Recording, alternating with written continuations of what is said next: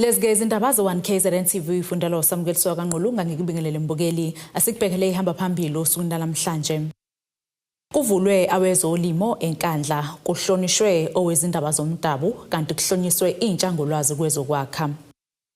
Undunankulu wesifundazwe saKwaZulu-Natal uThami Ntuli uvuleke ngokusemthethweni amahhovisi amasha ezolimo eNkandla namuhla. Lamahhovisi angamagumbi angama-33 azolekelela umnyango wezolimo nokuthuthukiswa kwezindawo zasemakhaya.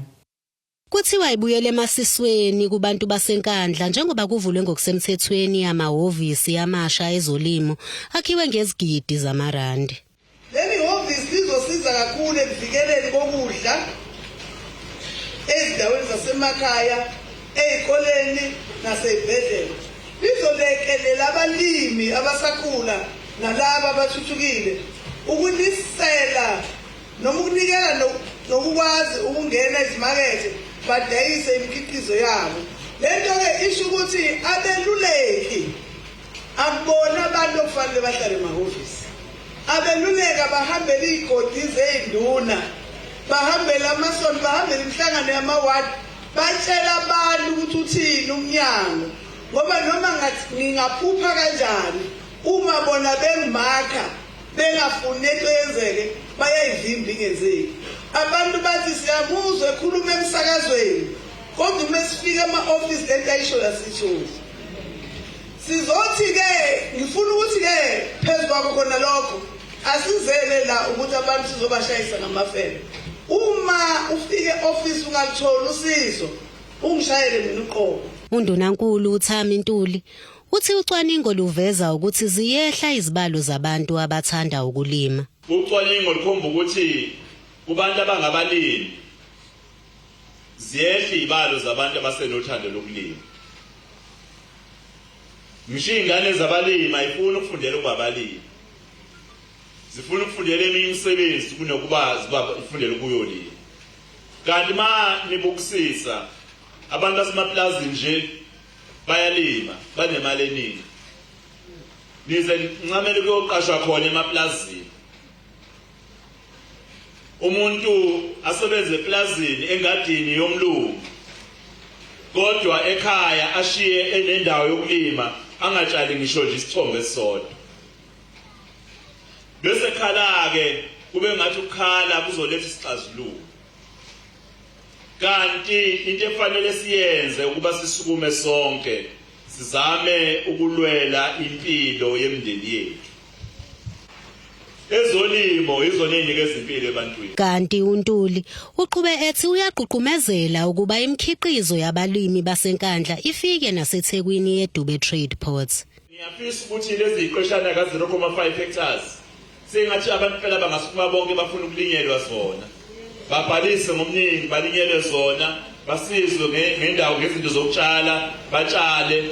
Labo bakwazi ukuyihlanganisa, bayihlanganise, batshale. La eThekwini kunendawo okuthiwa iDube Trade Port. La khona imikhiqizo enikwazi ukuyithatha ihambe khona. Mayisifike khona bayithatha iye emazweni angaphesheya. Ntando yenkosi Dlamini ezindabeni ze1 KZN TV. Ngibika ngiseNkandla.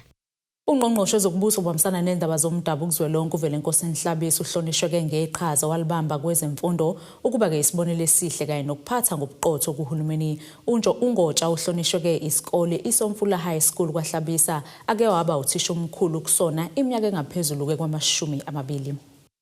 Uvele Nkosini Hlabisa ongqongqoshe zokubusa ngobambisana nobuholi bomdabu uzwelonke waba uthishanhloko kulesi sikole kusukela ngonyaka 1997 kwaze kuba kubeka phansi izintambo ngonyaka 2016.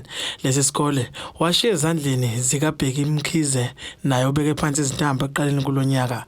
Namuhla ubonga ngamagalelo akhe kulesi sikole ngokuqhambisa ezemfundo kubafundi, abazali kanye nalabo owake wabafundisa kulesi sikole eSomfula High School. Bancomeke uHlabisa ngamagalelo akhe. UVF Hlabisa wayeprincipal wami khona la eSomfula, wayewuthisha futhi kimi, wangifundisa nje impela kakhulu. Wawumuntu oright nje esasifundisa ama results ayimahle kakhulu. Ngiyabona futhi ukuthi ushile nalowo mthelela lo ukuthi ama results ngoba namanje kusaqhubeka kuba right noma kuphinde kuphela kube khona lokho kodwa nje usakushiyile ukuba nguye kulesi sikole ngoba nabantwana bethu basenayo inhlonipho. Ngiyasithemba kakhulu lesi sikole, angikhiphi ingane nami ukuthi ngisise kwesinye isikole. Ngithanda sona lesi ngoba sinomholo obuqinile kaBabuhlabisa ayebushile la ekhaya. Wayenamagalelo amahle kabi amakhulu. Ngisekhona nje nami la ekhaya ingane bephasa ngamalengiso. Umphakathi wonke nje kahle kahle indawo yakaHlabisa namaphethelo ibisithemba kakhulu lesi sikole. Ithemba bona ubuholi kaBabuhlabisa ngoba nalapha khona nje usahamba enyathelweni ayihamba ngazo khona lapha kaSomfula. Lesi sikole sithi sibone kufanele uba sihloniphe uvele Nkosini Hlabisa ngamagalelo akhe oba uthishanhloko kulesi sikole. Namhlanje sihlangene ukubungaza iqhawe lethu uBulawayo obe uthisha omkhulu la esikoleni iminyaka e20. Wafika la esikoleni ngo1997 kwaze kwaba u2016. Asikwazi ke ungambungazi uBulawayo ngoba ube yileader ehlukile enohlonze. Simbonile lesi sikole wasifica sisincane mhlawumbe sasinama block amathathu. Njoba niwabona nje engaka lama blocks akhiwe nguye. Kwimphumela amatikuletsheni wangonyaka wedlule lesi sikole sithola 93%. Uthishanhloko sebambile ubusiwe Makhanya uthi bazimisela ukuhlonipha kuHlabisa ngokuthi kulonyaka bethola imphumela amatikuletsheni e100%. Thina njengesikole nje phela yethu nje itarget 100% ngoba akekho umntwana umzali okufanele yena afeyile. Sibophezela ku100% kuBulawayo, sibophezela kwiquality result ukuthi nje mhlambe sibathola obachelor noma bafika ku60% kulo 100% wabantwana abazophasa kulonyaka. uHlabisa ekhuluma kulomcimbi unxuse kothisha ukuba beqhubeke nokusebenza ngokuzimisela ukukhiqiza abafundi abaphumelelayo. Ezindabeni ze1 KZN TV kube Nkosini Mthembu kwaHlabisa. Uhlaka Housing Development Agency kanye ne-Youth in Property Association namuhla babeke nengqungquthela okuhloswe ngayo ukucobelela intsha ngamathuba engawathola kumkhakha wezokwakha. Le ngqungquthela ke ibibanjelwe namuhla eThekwini. I-Housing Development Agency uhlaka olungaphansi komnyango wezokuhlaliswa kwabantu ogxile kakhulu ukuthola indlela efanele umhlaba ovumelekile ukuba kwakhiwe kuba izindlu kanye nezakhiwo ezinkulu okubala phakathi nezingqingathela sezitolo oyisikole esiphezulu. Uzile ngqungquthela bayibona ifanele bayenze ngoba kubalekile ukuthi ulusha lusondele luzolithola kabanzi ngemisebenzi abayenzayo. Sithasibiza abantu abasha so that they can also access the information as to how they can participate in this space. So sizama ukubridge the gap between bona and ourselves so that at an early age bakwazi ukuba information that they need and networks that they can need to be able now I'm a black developers of the future. I-Youth in Property Association yona inikaza amathuba olusha ukufunda emkhakheni wezomhlaba nezindlu ikakhulukazi ulusha labantu abamnyama. Owalolu hlaka uthi kwakhwa kwezindlu agcina ngokubeka isitini kodwa kukhona namanye amathuba abantu abasha okumele bazisondoze kuwona ukuze bahlomule. If ungayibreak down mina ukuthi ungayibreak down into 3 kunento kuthiwa i-pre-feasibility. So uma mhlawumbe sobone umhlaba for example ubona ukuthi no kulomhlaba lona ngifuna ukwenza i-development muningi umsebenzi wenziwayo during the pre-feasibility stage. So lezo into ezinokwenza ne-town planning uthola ama-approvals ukufumana i-zoning e-correct from umasipala for example. And then bekhona i-construction stage which is where lapho ke kubekwa khona usimende kufakwa khona iyitina ukuthi i-building ikwazi ukwakhiwa. And then post that after i-construction kukhona i-property management enzekayo lapho kumele kufike bekhona ama-estate agents, ama-leasing agents, ama-property managers ayiwona make sure ukuthi leya property ihlala ihlelelekile. Kanti le ngqungquthela ingeyesibili ukwenzeka njengoba yokuqala yayigxile kakhulu ukufundisa ngemigomo yayo lemkhakha futhi ihlanganisa nolusha lwazona zonke isifundazwe. Le summit ngonyaka wesibili lo singena kuwo. Last year bese consider police. Now sidibanisa abantu abanamava kulendo ye property development bakwazi ukunika youth opportunities practically to implement projects to access their funding through access yomihlaba and the network within itself. Ngotebogo Sibisi kwezindaba ze1 KZN TV ku channel 261 ngiseThekwini. Sithishelele eDolo sibesiqhubeka nazindaba zethu.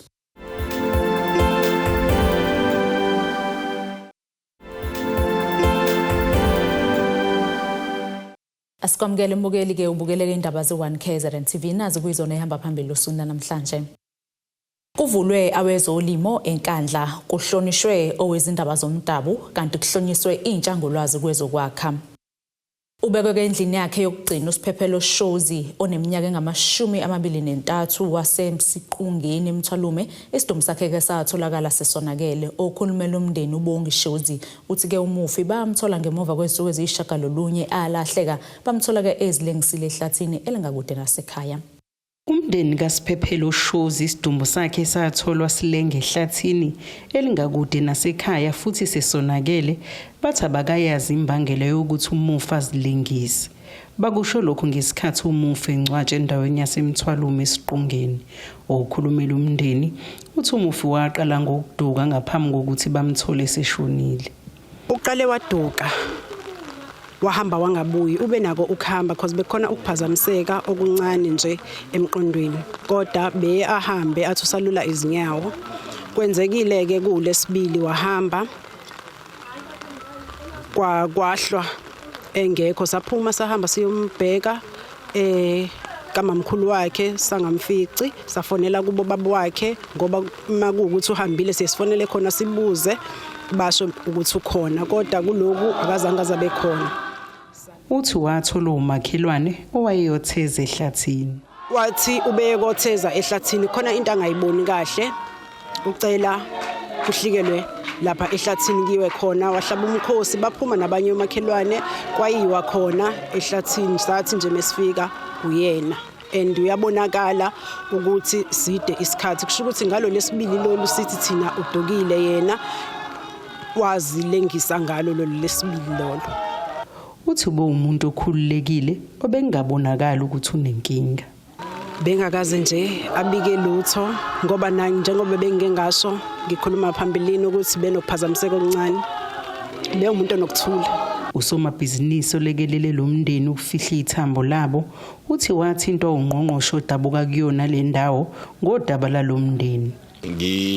In fact ngithole ucingo mina luqhamuka kungqongqoshe wa social development umama uShinga engichazela isimo umndeni athi udlulisa isicelo kuyena ufisa ukusizakala la kutholakala ilunga lawo esebese lidukile ngicathi bese kuphela insuku ezilako 5 latholakala selishonile manje umndeni awunalutho ufisa ukuthi ungasizakala nje mhlambe ngamakhaza nebhokisi netransport ukuthi umzimba ukwazi ukubuyiseka ulethwe ekhaya.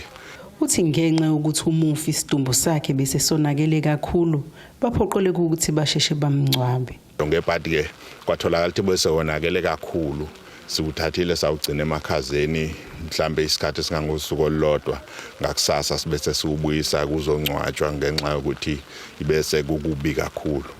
Uthi kubalekile osomabhizinisi baphonse isivivaneni. Mawusomabhizinisi kufanele kakhulukazi uncike ezweni lenkosi bo umuntu omesabayo uNkulunkulu ngoba utheme ekhuluma nami ungqongqoshe kwavele kwafika ivesi elilapha yakwizaga 19 elithi uma usiza umuntu oxakekile usukuboleka uNkulunkulu ngabona hayi ngesinye isikhathi akudingi ukuthi wenze profit ngazo zonke izinsuku makubonakala ukuthi kufanele ubuyisele emphakathini esikakhulukazi umphakathi odingayo. Lo mbiko beniwethulele uZamando Sicele wezindaba ze1 KZN TV ngisemthwalume.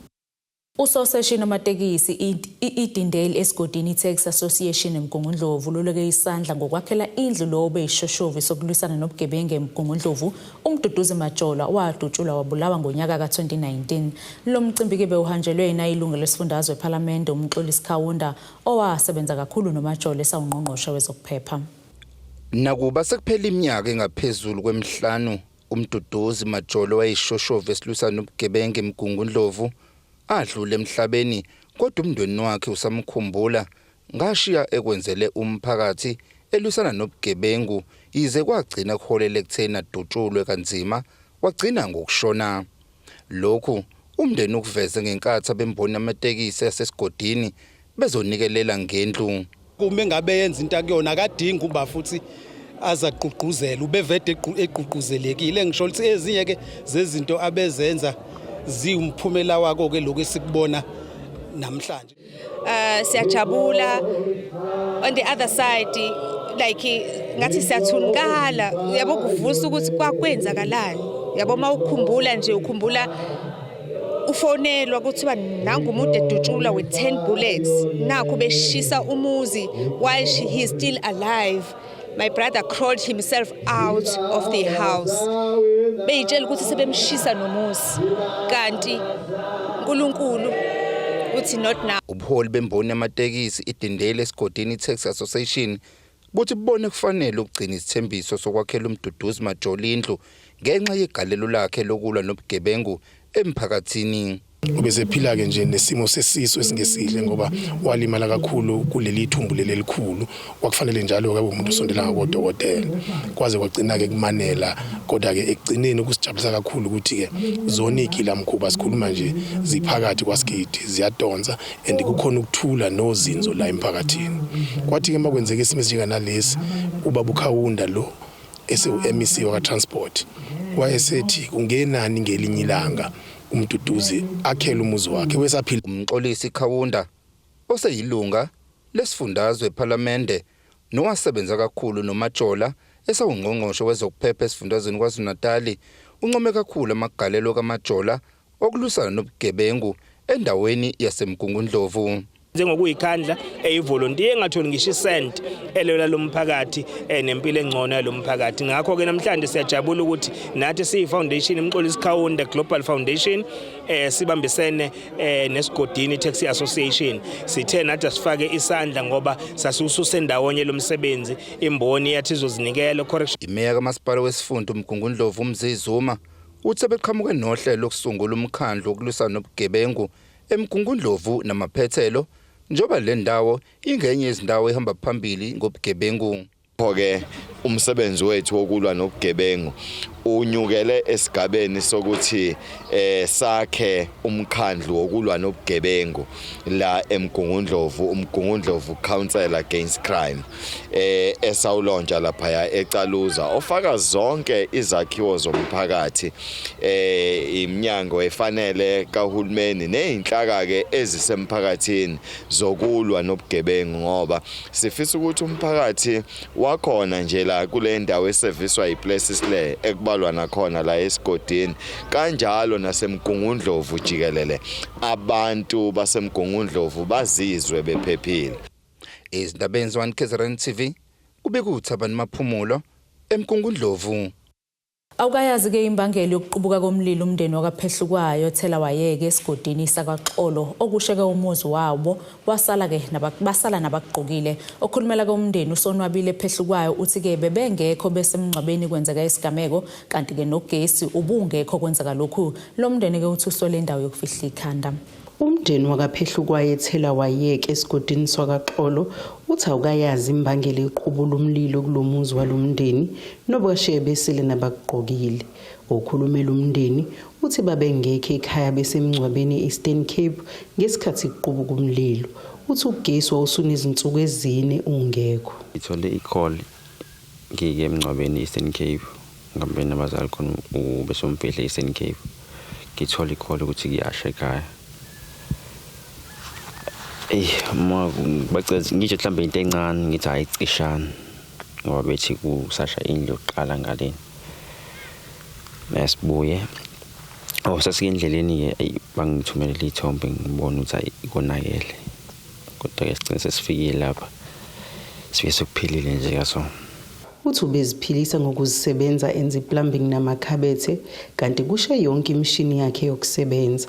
Kumanje uthi uphitheni ikhanda njengoba engazi usezoziphilisa kanjani yena nomndeni wakhe.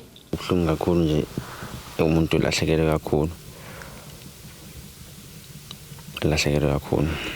Umuntu ohlanganisela ngoba bengenza amakhabethe neplumbing.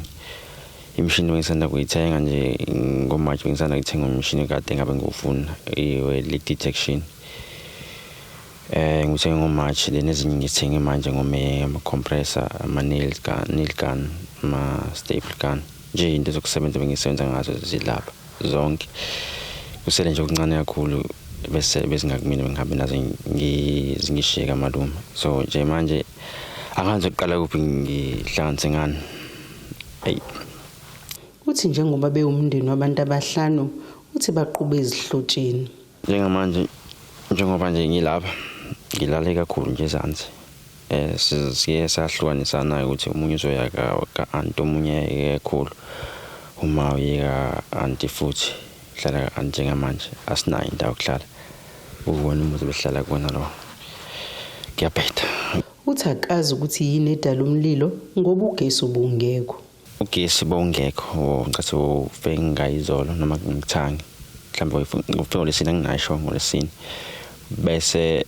kungekho umuntu la ekhaya ngoba umfowethu bengekho nathi sinoma bese emncwabeni ukuthi umlilo uqale kanjani akekho owaziyo ubaba omncane wakulomndeni ucelele lo mndeni nanoma yiluphi usizo celo sami nongakwazi ukulekelela noma nongakwazi ukusiza ukuthi nje kulunga indawo yokuhlala ukuthi angazi indlela amathuluzi wakho okusebenza ukuthi wona ngawathola kanjani ngoba wayengibalelile ngendlela wayewathole ngayo nangendlela yokubiza ngayo isicelo sami nje ukuthi nje bakwazi ukuthola indawo yokuhlala kwabafisa ukulekelela lo mndeni bangashayela inombolo engezansi lo mbiko benwethulelo zamando sicele uzindaba ze1 KZN TV ngikwaxolo asiphinde futhi siya itolo sobe siqhubeke nazo indaba zethu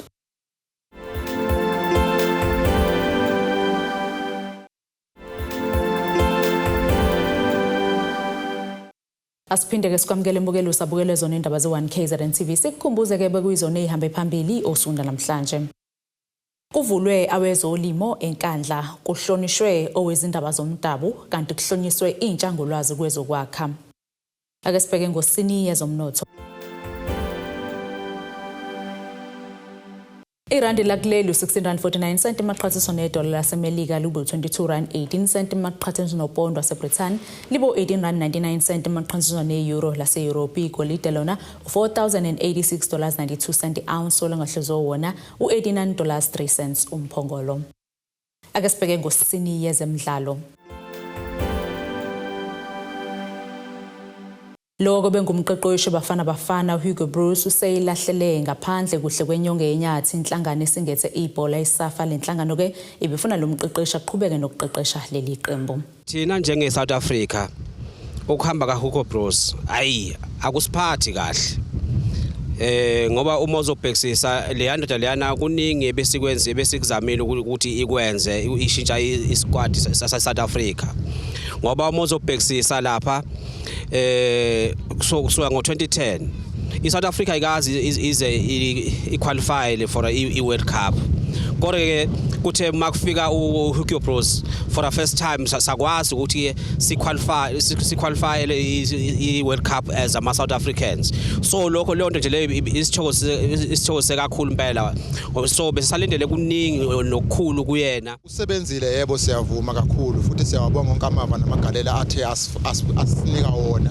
esi South Africa kodwa ngicabanga ukuthi esinqumeni sakhe sokuphikisana neSAFA mhlawumbe kukhona labone khona naye ukuthi akusamile ngendlela efanele naye waye expecting ngayo esivela wayeshilo ke vele ukuthi uHugo Bruce emva kwe World Cup uzocela ukuthi ayibeke phansi intambo ngicabanga ukuthi bafethu usisizile noma usisebenzele kakhulu kokuningi wasifundisa wasihlonzisa okuningi besikade singakwazi noma besikade singakuboni ezocoach bebuya pheshaya noma bejamu siyabonga kakhulu mina nje ngokwami ngiyavumelana naye ukuthi hayi ake sinikeze abanye ithuba mina ngokwami ukubona engokubukeka kuHugo Bruce noma ingcindezi esinayo vele eSouth Africa thina ocoach asikwazi ukuthi bezenzele inqumo zabo basuke kunabantu abangemuva ngasonke isikhathi manje basebenziseka kabuhlungu bane pressure ngasonke isikhathi akakwazi ukuthatha inqumo zakhe ngendlela afuna ngayo ngasonke isikhathi manje ngiyabona ukuthi naye okuthatha isinqumo sokuthi azathi emva kweWorld Cup ucela ukuthi athathe intamba ayibeke phansi yikho lokho bengazi ukusebenza kahle ucoach bengisamfisa ukuthi aqhubeke yini ngisho kanjalo uma ngibheka ucoach wenze kahle walibuyisa ngisho ilokhunga uthando kubalandeli bala eSouth Africa abantu bebengasena nendaba nendaba isikwade ngendlela besenza ngayo so baningi okhosha befikile la sibe nabo kodwa awuthola ukuthi abakwazanga ukuthi basijabulise njengabalandeli base South Africa. So ngalezo zathi ke mina bengimbona ukhosha engcono kunalabo abanye okhosha, bengibona esakufanele ukuthi aphinde anikezwe ithuba. Ngathi nje mhlasembe yilokho. Nasikisimo sezulu esingalindeleka.